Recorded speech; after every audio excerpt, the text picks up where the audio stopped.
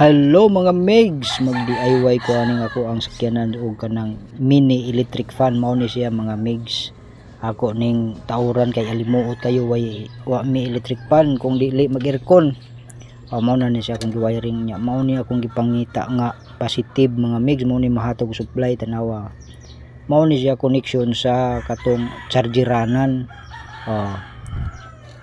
Ug ato ning i-switch off mga megs. Tanawa ninyo ako ni switch off. Dili ni siya musiga mga megs kay tanawa dili musiga kay nga naka switch off man. Kung mo switch on ni siya mga megs, musiga ni siya, mao ni maghatag og supply ngadto sa kuang DIY nga mini electric fan. Tanawa siga diba? Mao na siya mga megs.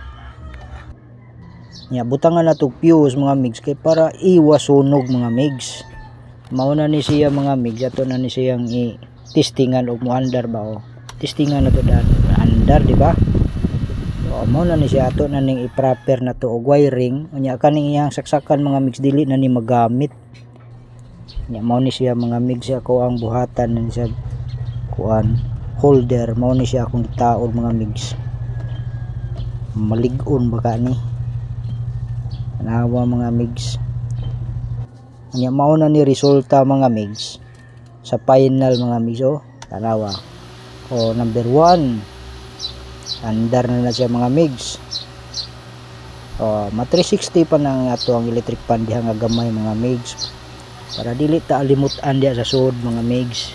Number 2 kusog na kay na mga megs, panuthon na kaana. Og thank you for watching mga megs.